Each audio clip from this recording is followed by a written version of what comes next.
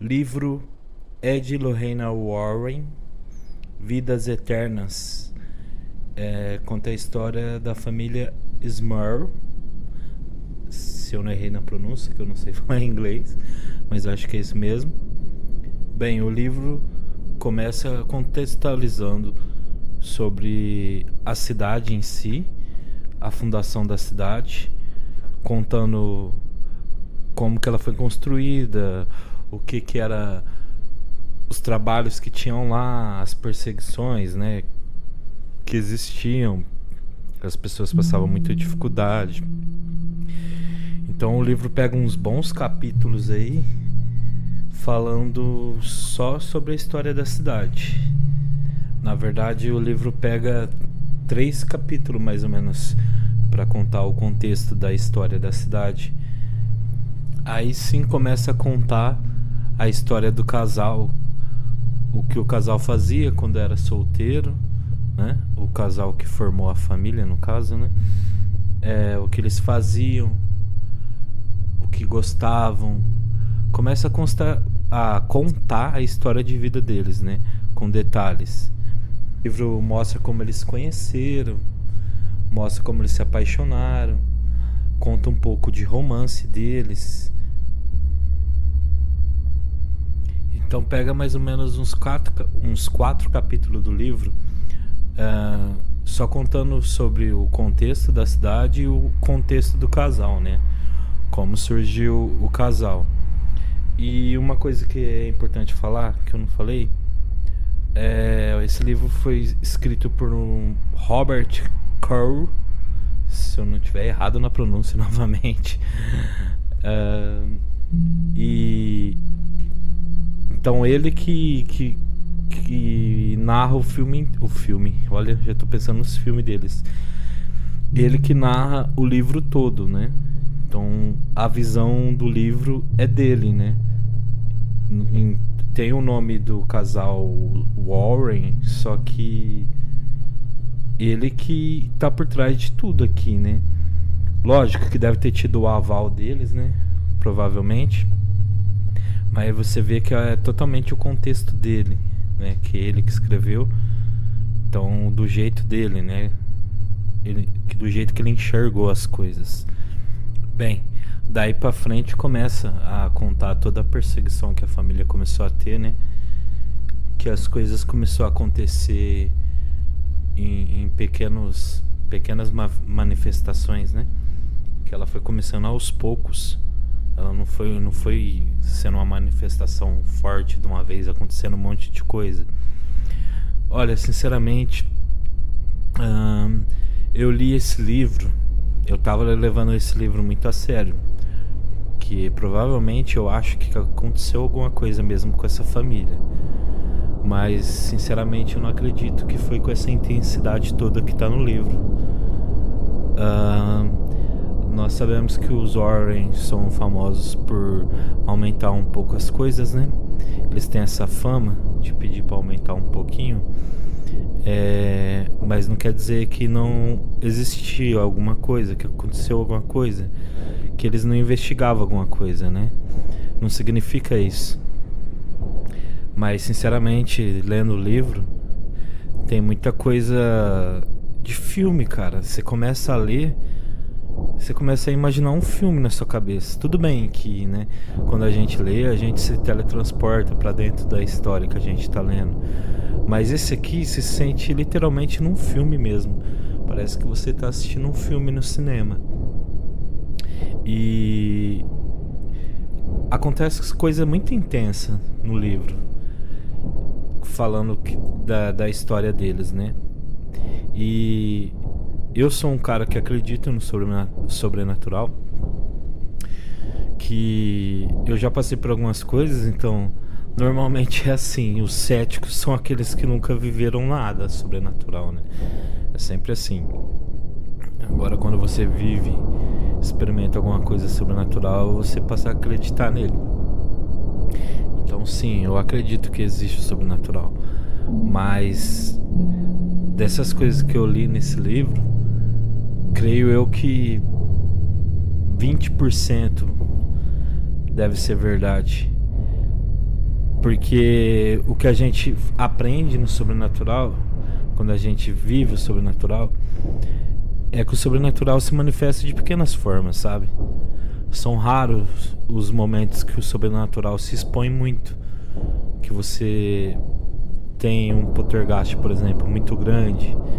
São pequenas coisas que o sobrenatural se manifesta.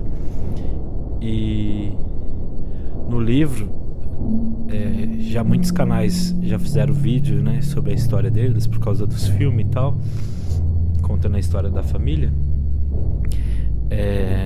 Mas tipo, no livro tem muito mais detalhes, né?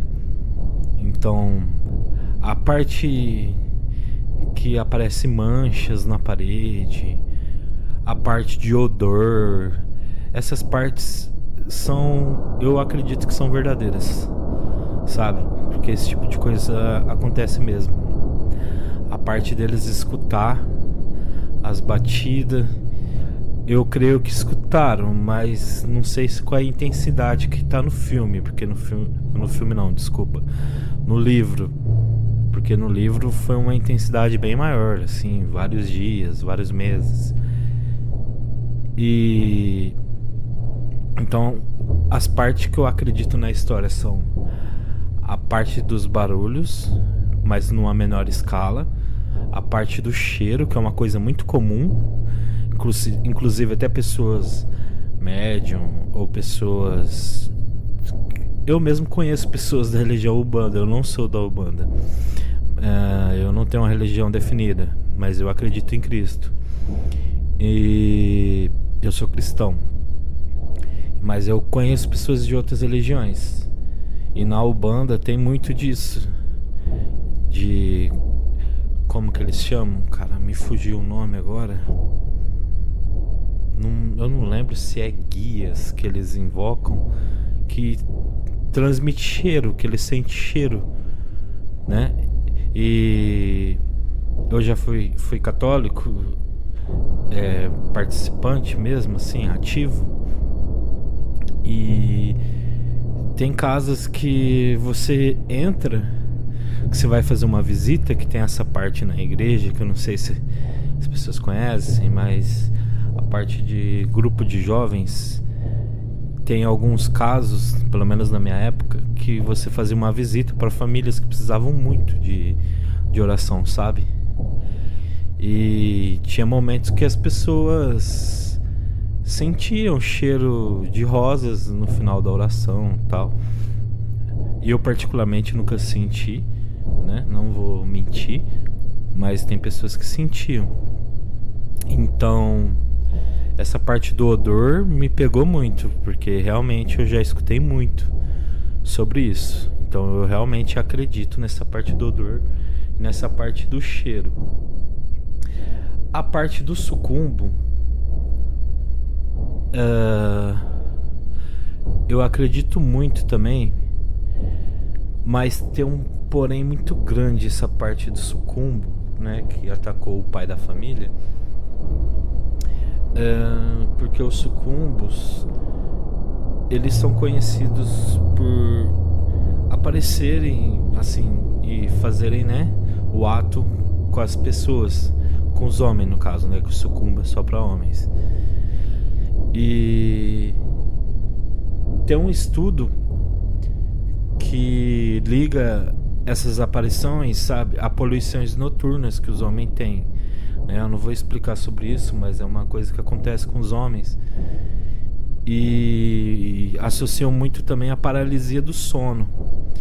Mas acontece que a ciência tem explicação para tudo praticamente, né? Então, se você for levar ao pé da letra tudo é fato. Tem alguma comprovação, né? E nem sempre é assim. Nós sabemos que existe o caso que pode ser sim uma coisa explicável ou pode ser uma coisa sobrenatural. Então essa parte do sucumbo me pegou um pouco, porque o estresse que a família estava passando era muito grande também. Então pode ser que pode ter sido coisas explicáveis que aconteceu com ele, sabe? Eu não estou desmerecendo o depoimento dele, até porque esse que é o problema, a gente não sabe até onde que é verdade. Porque porque às vezes ele falou uma coisa e aumentaram o outro, entendeu? E provavelmente deve ter sobrado uma graninha por causa dos filmes, né? Eu não tô acusando a família de estelionatário, nada desse tipo, mas provavelmente eles ganharam alguma coisinha, então eles não iam falar, pô, eu contei isso, mas eles aumentaram, né? Acho que nem tem necessidade. Então a gente fica sem saber até que parte que é verdade, que a família falou mesmo, até que parte que aumentaram. E acontece muita coisa mesmo no livro. Tipo, eles escutam muitas vozes. A mulher dele chegou a fazer uma ligação pra chamar o padre pra visitar a casa dela. Ela conversou com um padre que não existia. Então depois ela descobriu que era o demônio, que ela falou com o demônio no telefone, que ela não ligou pra padre nenhum. Então essa parte eu já achei meio cinema. Travei na palavra pra falar mais fácil. Eu já achei meio cinema nessa parte, sabe? Então não sei, porque ela ficou um bom tempo ali no telefone, segundo o livro, né? Com o tal padre que era o demônio. Então essa parte também não sei. Então tem muita coisa grande que acontece no livro, que não tem no filme, por exemplo, que você fica com o pé atrás, né? Também tem uma parte que eles vão acampar, vão passar numa colônia, tipo uma colônia de férias, ficar um tempo fora da casa, e eles falam que o demônio acompanha eles. E ele fica aparecendo em forma de uma menininha. Primeiro pro pai da família, e no momento ele sempre trava, né? Eles normalmente, quando via as aparições, eles travavam. Eles ficavam, não conseguiam se mexer. Eu associo muito isso com a paralisia do sono. E a maioria das vezes eles estavam deitados, né? Então fica muito sintoma de paralisia do sono, sabe? Não tô falando que é e nem que não é, mas fica meio evidente assim. E nesse lugar de acampamento, o demônio apareceu pro pai em forma de menininha e ficou rindo pra ele e tal. E ele não conseguiu fazer nada. E ele fez mais algumas artes no acampamento, o demônio, por exemplo.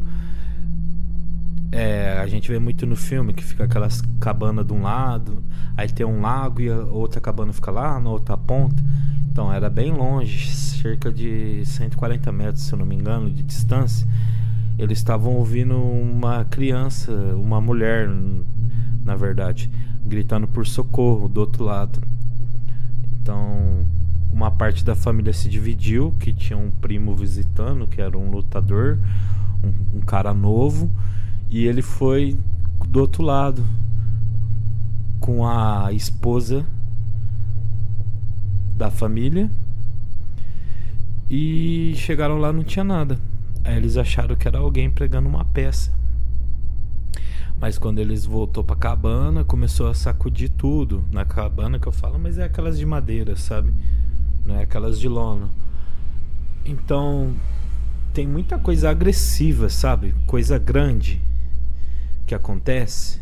Eu não tô falando que não existe, tá? Não tô falando que a família não passou, mas é igual eu tô falando pra vocês, os fenômenos sobrenatural costumam ser mais leves, sabe? Ser uma coisa mais discreta. Até porque muita gente acredita que o demônio, ele quer se esconder ao máximo, né? Ele não quer se mostrar. Então ele esconde o máximo que ele pode. Então ele não vai fazer coisa grande pra chamar a atenção. Não sei se vocês me entendem. E uma coisa que incomoda muito no livro também é que eles falam muito fato, sabe? Que gravou tal som, que filmou tal coisa, que fotografou não sei o que. E eu fiquei lendo e pensando, pô, cadê esses vídeos? Cadê esses áudios? Cadê essas fotos? Sabe? O livro todo, na hora que a investigação começa, eles falam de várias provas, muitas provas. E até hoje eu nunca vi nenhuma dessas provas em canto nenhum. Sabe, se eles têm tanto material assim, se eles tinham, né? porque os dois faleceram, ou o próprio escritor também do livro, a família também. A família teve uma hora que a filha mais velha conseguiu gravar o som das batidas que o demônio fazia dentro da parede, e nada disso veio a público, sabe?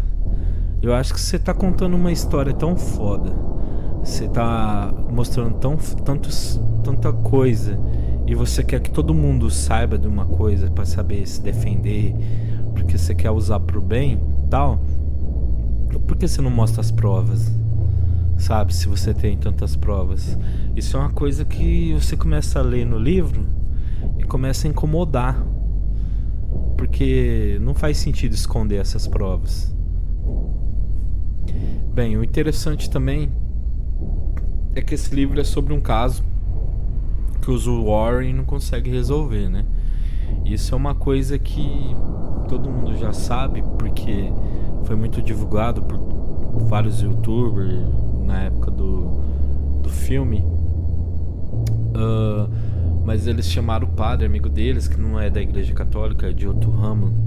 É como se fosse uma igreja católica à parte, do modo antigo, que ainda faz missa em latim, essas coisas. O amigo deles, padre, era desse lado da igreja, né? Eu não sei muito bem, pelo que eu entendi, teve uma reforma na igreja, a católica, e que eles mudaram várias coisas na igreja. E quando eles mudaram algumas formas, por exemplo, forma de missa, essas coisas, teve um pessoal mais antigo que não aceitou essa mudança. E eles continuou desvinculado da igreja depois da reforma, né? Que aí, tipo assim, ficou um pessoal pra um lado e o pessoal pro outro, pelo que eu entendi. Que era esse padre, que tá até hoje, né? Parece que ele virou bispo, pelo que fala no livro. Eu não dei uma olhada na internet sobre ele, eu só tô falando sobre o livro. E ele fez um ritual de exorcismo, ele fez uma missa na casa e não resolveu. É muito comum um caso de poltergeist que a gente estuda assim, que aparece na mídia e tal. Mídia que eu falo é o YouTube, essas coisas, ou o próprio filme, que conta às vezes de história que aconteceu. É que tá numa idade que a mulher tá indo pra fase adulta, né? Passando a virar adolescente. Fugiu a palavra agora. E ela tá num momento muito fértil, né? De hormônio, de pensamento. Ela tá naquela fase explosiva dela. Então ela tem muita energia, né? É uma fase de mudança. E o que a gente vê dos poltergeist é que essas fases das mulheres atraem muito o sobrenatural para elas, né? Nesses casos de poltergeist. E normalmente quando a menina passa dessa idade, não tem mais, não acontece mais nada, não acontece mais o poltergeist. E o livro termina falando como se a família vai ter que viver com essa perseguição do demônio pelo resto da vida deles. Eu sinceramente não achei nada falando do que aconteceu dali pra frente, mas sinceramente eu acredito que quando passou essa fase das meninas, eu acho que as coisas acalmaram na casa deles. E sinceramente eu creio que não existe mais nada perseguindo eles. E é gozado que no livro tem algumas fotos que eu vou até mostrar pra vocês, ou eu já mostrei no decorrer do que eu tô falando. E fala que a imagem borrada é porque a pessoa não queria aparecer, pra preservar a imagem da pessoa. Aí tipo, tem várias fotos e um rosto borrado, que é uma das filhas da família. E você vai passando as fotos e tem uma foto que acho que eles esqueceram. de borrar o rosto da menina. E dá pra ver a menina perfeitamente. Eu vou falando aqui, eu vou pondo o nome da menina, porque esses nomes em inglês me pega muito, que eu não sei falar inglês. E aparece ela. Dá pra ver nitidamente. Vou até mostrar de novo aí. Ou se eu não mostrei ainda, vou mostrar agora. E eu fiquei pensando, pô, é pra manter ela em sigilo, porque ela não quis aparecer? Ou é porque ela é uma pessoa que sabe da verdade, sabe que aumentaram muito e foi contra tudo, entendeu? Mas preferiu ficar na dela. Porque na outra história famosa de Poltergeist que existiu, vocês sabem de qual que eu tô falando? Tem uma irmã que foi totalmente contra tudo que falaram.